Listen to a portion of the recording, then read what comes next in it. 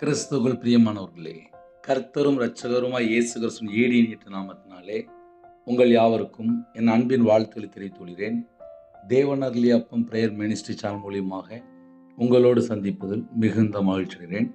தினம்தோறும் இரவு நேரத்திலே பரிசுத்த வேதாந்திலிருந்து ஒரு பகுதியை நாம் தியானித்து நம்முடைய குடும்ப பாதுகாப்பிற்காக நாம் ஜெபித்து வருகிறோம். வேறு தேசத்தில் வேறு சூழ்நிலையில் இணைந்திருக்கிறீங்க.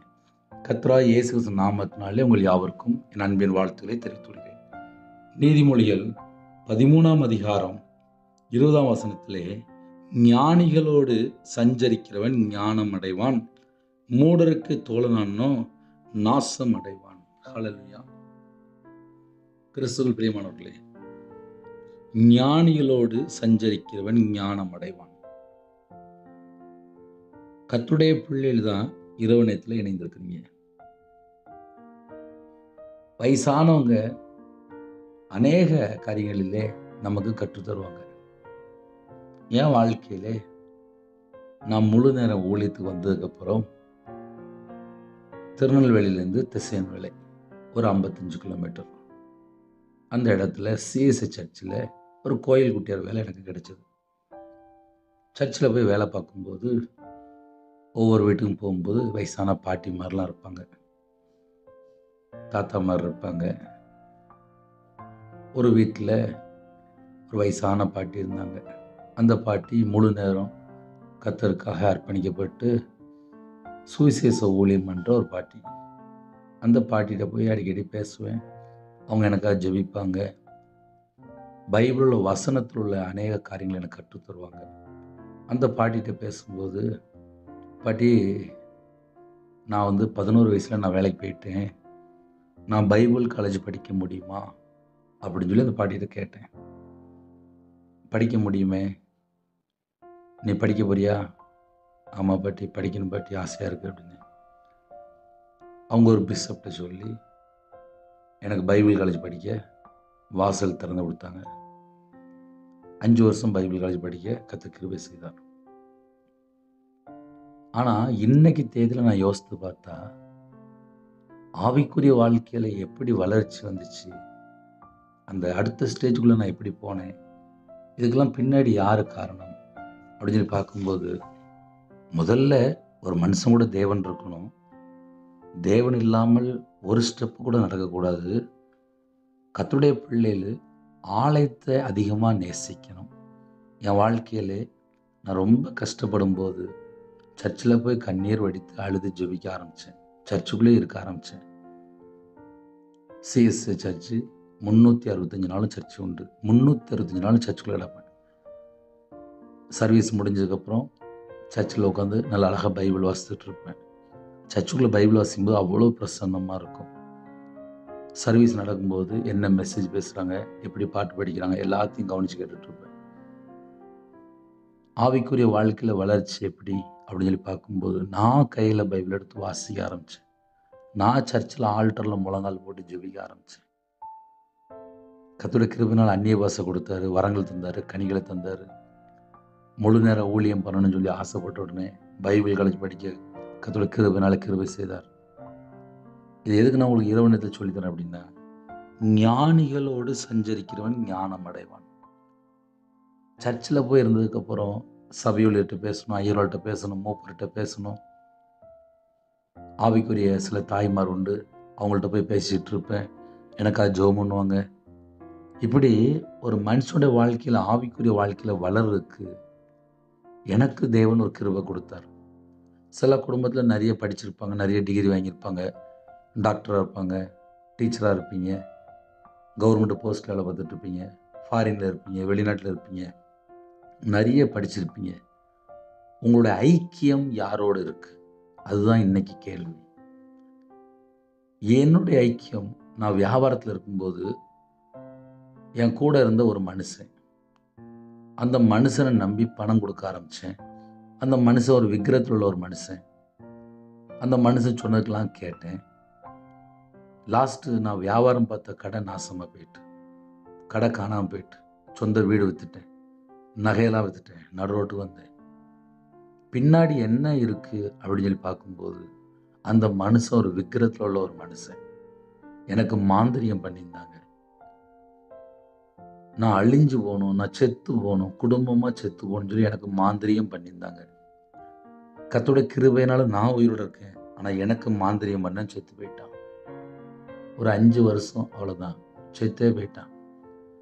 அப்படின்னா என்ன பிரதர் அர்த்தம் அப்படின்னா, கர்த்தருடைய பிள்ளைகள் தீமையை விட்டு விலகி கர்த்தருக்கு பயந்து வாழ்ந்தால் ஆசீர்வாதம். தீமை அப்படின்னு சொல்லி தெரிஞ்சதுக்கப்புறம் விலகிடணும். என் வாழ்க்கையில் நானும் ஒரு குறைவுள்ள ஒரு மனுஷன்தான். ஆவிக்குரிய வாழ்க்கையில் வளர்ச்சி எப்படி அப்படின்னு சொல்லி பார்க்கும்போது, வேதத்தை நேசிக்க ஆரம்பித்தேன். அந்நிய பாஷையில் ஜெபிக்க ஆரம்பித்தேன். சில குடும்பத்தில் நினைப்பீங்க, பிரதர் உங்களுக்கு என்ன பிரதர் அப்படிம்பாங்க.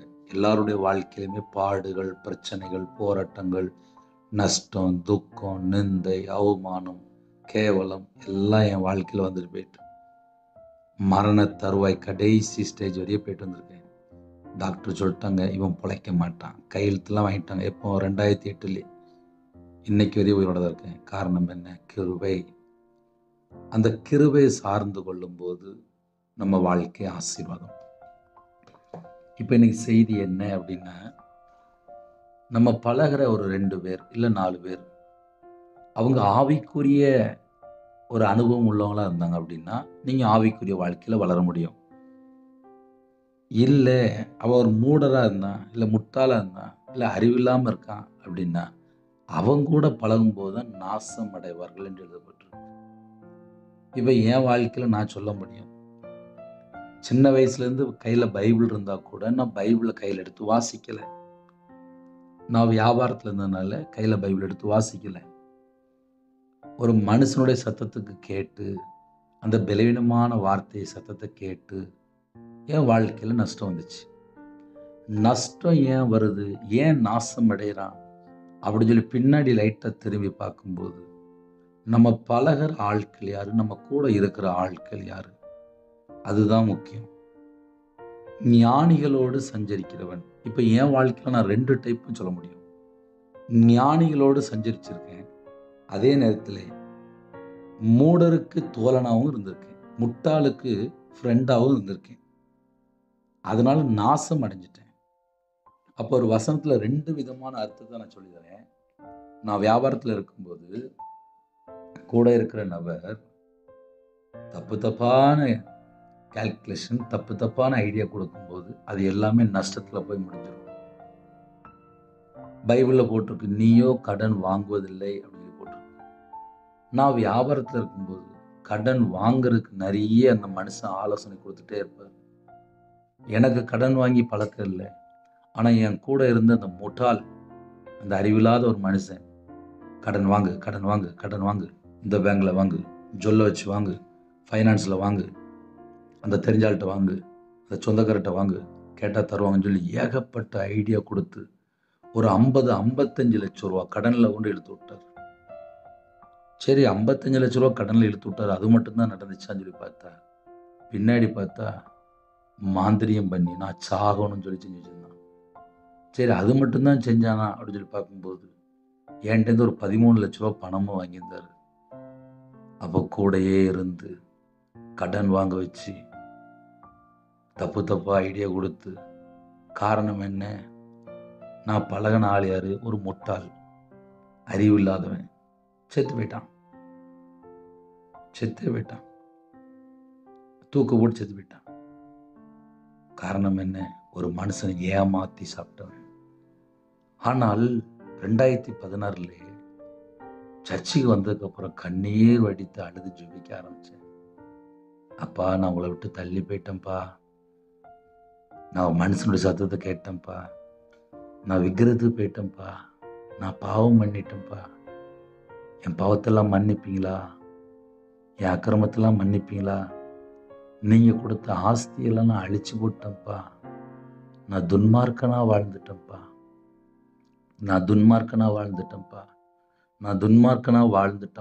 அப்படின்னு சொல்ல அழகா உயர்த்திட்டே வந்தார்.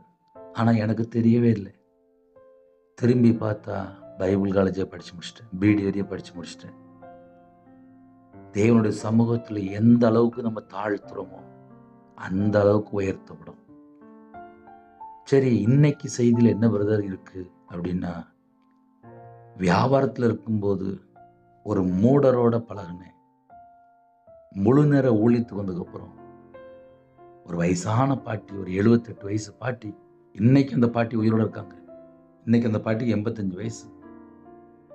அந்த பாட்டி 5 வருஷம் பைபிள் காலேஜ் படிக்க கர்த்தருடைய கிருபையினாலே அநேக காரியத்தில் உதவி பண்ணாங்க. ஞானிகளோடு சஞ்சரிக்கிறவன். இன்னைக்கு நம்ம வாழ்க்கை ஞானிகளோடு இருக்கா, இல்ல முட்டாளோடு இருக்கா? இந்த 2 தான் கேள்வி. முட்டாளோட இருந்துச்சு அப்படின்னா பல லட்சங்கள் கடன், நஷ்டம், சொந்தக்காரங்களாம் யாரும் பழக மாட்டாங்க, தனிமையில் இருப்பாங்க, வேதனையோடு வாழ்வாங்க. இதெல்லாம் நான் அனுபவிச்சிருக்கேன். அதனால நான் கரெக்டாக ஸ்ட்ராங்காக சொல்ல முடியும். ஏன்னா நம்மளுடைய பழக்கம் தவறான ஒரு ஆளோடு இருந்துச்சு அப்படின்னா இப்படிலாம் பிரச்சனை இருக்கும். இல்லை ஞானிகளோடு பழகிட்டு இருக்கிறீங்க அப்படின்னா உங்களோட வாழ்க்கையிலே சர்ச்சைக்கு போகிற காரியம், ஸ்பிரிச்சுவல் குரோத்து, ஆவிக்குரிய வாழ்க்கையில் வளர்ச்சி, குடும்பத்துக்குள்ளே சமாதானம், குடும்ப ஆசீர்வாதம், இது எல்லாமே கரெக்டாக இருக்கும். அதனால் கர்த்தருடைய பிள்ளைகள் நீங்கள் யார்கிட்ட பழகுறீங்க அது உங்கள் கையில் தான் இருக்குது. ஏன்னா சில குடும்பத்தில் என்ன தான் சொன்னாலும் கேட்க மாட்டாங்க. 2 அடி வாங்கினதுக்கப்புறம் தான் கேட்பாங்க. நான்லாம் அடி வாங்கினதுக்கப்புறம் தான் கேட்டிருக்கேன். இந்த செய்தியை யூடியூப் மூலிமா அனுப்புகிறோம் அப்படின்னா ஒரு சில ஜனங்கள் வேணா யோசிப்பாங்க. எப்படி யோசிப்பாங்க? ஆமாம் பிரதர், என் கூட ஃப்ரெண்டு சரியில்லை, அவன் தான் கடன் வாங்க சொல்லி கொடுக்குறான், என் மனைவி தெரியாமல் நான் கடன் வாங்கிட்டு இருக்கிறேன், நீங்கள் சொல்கிறது போல் என் வாழ்க்கையில் நடந்துட்டுருக்கு அப்படின்னு உணர்கிற ஒரு மனுஷன் இருப்பான். அந்த மனுஷன் இன்னைக்கு மனம் திரும்பினா தப்பிச்சுக்கிட்டான். அப்படி இல்லைன்னா வீடு விற்றுருவாங்க, அப்புறம் வியாபாரம் நஷ்டமாயிரும், அப்புறம் ஊரை விட்டு கிளம்பி போயிடும். அதுக்கு எக்ஸாம்பிள் ரவிராஜ் இருக்கேன். எனக்கு வியாபாரத்தில் இருக்கும்போது நிறைய குடும்பத்தில் ஆலோசனை சொன்னாங்க. அதை நான் கேட்கல. ஐயரோடு சொல்லி பார்ப்பாரு, அம்மா சொல்லி பார்ப்பாங்க, மனைவி சொல்லி பார்த்தாங்க. வியாபாரத்தில் இருக்கிற நிறைய குடும்பத்தில் உள்ள கிறிஸ்டியன் வேதக்காரங்க எனக்கு நிறைய பேர் வந்து அட்வைஸ் பண்ணி பார்த்தாங்க. எந்த ஒரு வார்த்தைக்கும் கீழ்ப்படியில் அந்த வியாபாரம் ஃபுல்லாக நஷ்டமாயிட்டு. அதே போல் இன்னைக்கு யூடியூப்பில் செய்தி கேட்குறீங்களா, கணவன் மனைவிக்குள்ளே வேற 3வது நபர் வரக்கூடாது, குடும்பத்தில் ஐக்கியம் இருக்கா, சந்தோஷமாக இருக்கிறீங்களா, நைட்டு படுத்தா தூக்கம் வருதா, இல்லை வீட்டுக்குள்ளே தேவையில்லாத பிரச்சனைலாம் இருக்கா, அதை நீங்கள் கொஞ்சம் செக் பண்ணுங்கள். இதே போல் தான் பிள்ளைகளோட வாழ்க்கை, ஆவிக்குரிய வாழ்க்கை. நான் சிம்பிளாக சொல்லி முடிச்சிட்டேன். ஞானிகளோடு சஞ்சரிக்கிறவன், ஞானிகளோடு வாழ்கிறவன், ஞானிகளோடு நடக்கிறவன். நான் சர்ச்சில் வேலை பார்த்த காலத்தில் அந்த வயசான பாட்டிகிட்ட போய் கேட்பேன், உங்களுக்கு எது வேணுமா பாட்டி, எது வாங்கிட்டு வரணுமா அப்படின்னு சொல்லி கேட்பேன். அவங்க ஏதாவது ஒரு சில காரியங்கள் சொல்லுவாங்க. போஸ்ட் ஆஃபீஸ் போயிட்டு வா, மிஷினரிக்கு போய் இந்த பணத்தை அனுப்பிட்டு வா அப்படின்னு சொல்லி ஏதோ ஒரு முக்கியமான ஒரு காரியம் சொல்லுவாங்க. இல்லை வீட்டில் ஒரு வீட்டு கூட்டம் வைக்க போகிறோம், இன்றைக்கி சுவிசேஷ ஊழியம் இருக்குது, அவங்க சொன்ன உடனே நானும் கொஞ்சம் கூட போய் இருப்பேன். ஆவிக்குரிய வாழ்க்கையில் வளர்றதுக்கு நம்ம யாரோட பழகுறோம் அது ஒரு முக்கியம். அதனால் இன்னைக்கு செய்தி இதுதான். சில குடும்பத்திலே கர்த்தரை விட்டு தள்ளி போகிற ஃப்ரெண்டு தப்பு தப்பாக பழகிட்டு இருப்பாங்க. அவங்கள்ட்ட போய் பழகினால் அந்த குடும்பம் நாசம் அடைஞ்சிடும். அதை ஏன் அப்படியே சொல்லித்தரேன் அப்படின்னா வசனம் அப்படி தான் எழுதப்பட்டிருக்கு. மூடருக்கு தோழன் ஆகாதே, மூடருக்கு தோழனோ நாசம் அடைவான். மூடருக்கு தோழன் ஆகாதேன்னு சொல்கிறேன். ஒருவேளை மூடருக்கு தோழனாக இருந்தாங்க அப்படின்னா நாசம் அடைவான். அப்புறம் என் வாழ்க்கையில் எனக்கு நஷ்டமாயிட்டு அப்படின்னு சொல்லிட்டு நான் உட்காந்து அழுத மாதிரி அப்புறம் அழ வேண்டிய சூழ்நிலை வந்துடும். அதனால் வசனம் இப்படி தான் எழுதப்பட்டிருக்கு. கேட்குறவங்க காதுள்ளவன் கேட்க கடவன். அதனால் யூடியூப் மூலியமாக செய்தி வருது அப்படின்னா ஒவ்வொரு வீட்டுக்குள்ளேயும் நான் ஸ்பிரிச்சுவலாக வளரணும், நான் கையில் பைபிள் எடுத்து வாசிக்கணும் அப்படின்னு நினைக்கிறீங்க, கையில் பைபிள் எடுத்து வாசிங்க. தேவையில்லா ஃப்ரெண்ட்ஷிப்பு தேவையில்லாமல் இருந்துச்சுன்னா எல்லாத்தையும் தூரத்துக்கு போட்டுருங்க. நைட் நேரத்தில் குடும்ப ஜெபம் பண்ணுங்க. வீட்டுக்குள்ளே சந்தோஷமாக இருக்கிறீங்களா, இல்லை வீட்டுக்குள்ளே கணவனுக்கு மனைவி தெரியாமல் நிறைய கடன் இருக்கா, இல்லை ஏமாற்றி வாழ்ந்துட்டீங்களா, நீங்கள் தான் செக் பண்ணி பார்க்கணும். இப்போ நிறைய குடும்பத்தில் கடன் வாங்குறது ரொம்ப ஈஸியாக இருக்குது. யார்கிட்டையாவது ஃப்ரெண்டுகிட்ட யார்கிட்டையான்னு சொல்லி கேட்டு பணம் வாங்கி லட்சக்கணக்காக கோடிக்கணக்காக கடன் வந்து அப்புறம் ஊரை விட்டு ஓடிட்டாங்க. ஏன்னா என் வாழ்க்கையில் நான் கஷ்டப்பட்டு சொந்த தேசத்தை விட்டு நான் புறப்பட்டு போயிட்டேன். அதனால் நைட் நேரத்தில் யாரெல்லாம் இணைந்திருக்கிறீங்களோ நம்ம எப்படி வாழ்கிறோம், வாழ்க்கை முக்கியம். ஹல்லேலூயா. சின்ன ஜெபம் தான் பண்ண போகிறேன். கண்களை மூடி நாம் ஜெபம் செய்வோம். அன்பின் கர்த்தாவே, உம்மை நன்றியோடு துதிக்கிறோம்ப்பா. உங்கள் கரத்தில் அர்ப்பணிக்கிறோம்ப்பா. எங்கள் வாழ்க்கையில் என்னெல்லாம் குறை இருக்கோ குறைகளை மன்னிங்க, எங்களை பரிசுத்தப்படுத்துங்க, ஆசீர்வதிங்க, உங்கள் கிருபையால் நிரப்புங்க. நாள் முழுதும் பாதுகாக்கிற கிருபைக்காக 1000 மடங்கு உமக்கு நன்றியோடு துதிக்கிறோம்ப்பா. இரவு நேரத்தில் ஹாஸ்பிட்டலில் பலவீனத்தில் படுத்த படுக்கையில் எந்த குடும்பத்தில் இருக்காங்களோ உம்முடைய தழும்புள்ள கரத்தினால தொட்டு சுகமாக்கித்தாங்க, பரிபூர்ணமான சுகமாக்கித்தாங்க, தீர்காயிஸ்தாங்க. நைட் நேரத்தில் கணவன் மனைவிக்குள்ள பிரிவினை, தவறான தொடர்பு, நைட் நேரத்தில் மதுபான அடிமை, விக்கிர வழிபாடு, மாந்திரிக, பிள்ளி சுனி, ஏவல் எந்த குடும்பத்தில் கட்டப்பட்டிருக்காங்களோ அந்த எல்லா செத்தக்கிரெல்லாம் இயேசு கிறிஸ்து ரத்தத்தினாலே இயேசு கிறிஸ்து நாமத்தை சுட்டறிவிட்டோம். எங்கள் வீட்டுக்குள்ளே இயேசு கிறிஸ்து வந்தால் சமாதானம், விடுதலை, ஆசீர்வாதம். எங்கள் வீட்டுக்குள்ளே இயேசு கிறிஸ்து ராஜா மகாபிரபு வாங்கப்பா. எங்கள் வீட்டுக்குள்ளே நீங்கள் வாங்க, எங்களை பரிசுத்தப்படுத்தி ஆசுவீங்க. ஒவ்வொரு குடும்பத்தோட கர்த்தர் தங்கிருங்க. எங்கள் வீடு முழுவதும் இயேசு கிறிஸ்து ரத்தங்களை விட்டும் உருவின பட்டத்தோடு தேவ தூதர் உள்ளாகி விட்டும் முன்னும் பின்னுமா தேவ தூதர் நிப்பாட்டுங்க. எல்லா குடும்பத்துக்குள்ளேயும் தேவ சமாதானம் இயேசு கிறிஸ்து நாமத்தினால உண்டாகட்டும். எல்லா குடும்பத்தையும் கர்த்தர் கறந்துட்டு ஆசுவீங்க. குறைகள் குற்றங்களை மன்னிங்க, கற்பத்தினை ஆசுவீங்க. மாசமாக இருக்காங்க தாயும் பிள்ளை ஆசுவீங்க. டெலிவரி போடுறாங்க பரம வைத்தியர் கூடங்க தாயும் பிள்ளை மகத்தில் ஆசுவீங்க. நார்மல் டெலிவரி ஆகிட்டாங்க, பிள்ளைகளுக்கு வயசு அதிகமாகிட்டு போகுது. எல்லா குறைகள் குற்றம் எல்லாவற்றையும் மன்னித்து பரிசுத்தப்படுத்தி ஏற்ற மனவள் அளித்தாங்க. தேவனாரில் அப்போ பிரேயர் மினிஸ்டர் நம்முடைய கரத்தில் அப்படிங்கிறோம். குறைகள் குற்றங்கள் எல்லாவற்றையும் மன்னித்து எங்களை பரிசுத்தப்படுத்தி ஆசுவீங்க. யூடியூப் மூலியமாக எந்த நாட்டுக்குள்ளே எந்த இடத்துல ஜெபிக்கிறாங்களோ அந்த இடத்துக்குள்ள கத்தோட வல்லம் இறங்கி வரட்டும், கத்தோட அக்கினி இறங்கி வரட்டும், கத்தோட ஆவியார் இறங்கி வரணும்ப்பா. விசேஷமாக ஒவ்வொரு குடும்பத்தையும் சந்திங்க, கண்ணீரை தொடங்கி துக்கத்தை மாற்றுங்க, வேதனை நீக்கி போடுங்க. அவங்க இதயத்தில் என்னென்ன காயம் இருக்கோ, ஆத்மாவில் என்னென்ன காரியத்தில் யோசித்து கொண்டிருக்கிறாங்களோ எல்லாவற்றையும் நீக்கி போடுங்க. சீக்கிரமாக படுத்துங்க, அது கிருபை செய்யுங்க. குடும்ப ஜெபம் பண்ண, வேதத்தை தியானிக்க, துதிக்க, உங்களுடைய பாதவில்லை காத்திருக்க கற்று கிருபை செய்யுங்க. தேவையில்லாமல் செல்ஃபோனோ டிவியோ லேப்டாப்போ எந்த ஒரு காரியத்தில் அடிமையாக இருக்கக்கூடாதுப்பா. உங்கள் கரத்தில் ஒவ்வொரு குடும்பத்தையும் அர்ப்பணிக்கிறோம். படிக்கிற பிள்ளைகள் ஃபஸ்ட் ரேங்க் எடுக்கணும், கர்த்தர் பொறுப்படுத்துவங்க. அதிகாலவில் உங்களுடைய சமூகத்தில் கண் விழிக்கிற கிருபை செய்யுங்க. இந்த மாதத்தில் என்னென்ன காரியத்துக்காக பண தேவைக்காக ஜெபிக்கிறாங்களோ எல்லா தேவைகள் எல்லாம் கர்த்தர் சந்திங்க. கடனில் நிறைய குடும்பத்தில் உபத்திரவப்படுறாங்க, அந்த எல்லா உபத்திரத்தை எல்லாம் மாற்றி ஒவ்வொரு குடும்பத்தையும் பரிபூர்ணமாக ஆசீர்வதிங்க. எத்தனையோ பண தேவைகள் இருக்கு, அந்த தேவைகள் எல்லாம் கர்த்தர் சந்திங்க. உங்கள் கரத்தில் அர்ப்பணிக்கிறோம். துதிகான மகிமை எல்லாம் ஒருவருக்கே செலுத்தினோம். இயேசு கிறிஸ்து பிதாவே, ஆமென். தேவனுக்கு மகிமை உண்டாவதாக. கர்த்தர் தாமே உங்களையும் உங்கள் குடும்பத்தின் சகல காரியத்திலும் சம்பூர்ணமாக திருப்தியாக கர்த்தர் கூட ஆசீர்வதிப்பாராக. ஆமென். கர்த்தராகிய இயேசு கிறிஸ்து கிருபையும் பிதாவாகிய தேவனுடைய அன்பும் பரிசுத்தனுடைய ஐக்கியமும் இப்பொழுதும் எப்பொழுதும் சதா காலங்களிலும் நம்ம நினைவு கொடுப்பதாக. ஆமென். கிறிஸ்துவில் பிரியமானவர்களே, எங்களுடைய ஊழியர்களுக்காக முடிந்தால் ஜெபித்துக் கொள்ளுங்கள். தினம் ஒரு நிமிடமாக ஜெபிங்க. 9363064181 நம்பர் கொண்டால் நாங்கள் உங்களுக்காக குடும்பத்துக்கு ஜெபிப்போம். எங்களுடைய ஊழியர்களுக்காக தொடர்ந்து ஜெபித்துக் கொள்ளுங்கள். God bless you. Thanks for watching. Please subscribe our channel. Click the like and share. Click the bell. God bless you.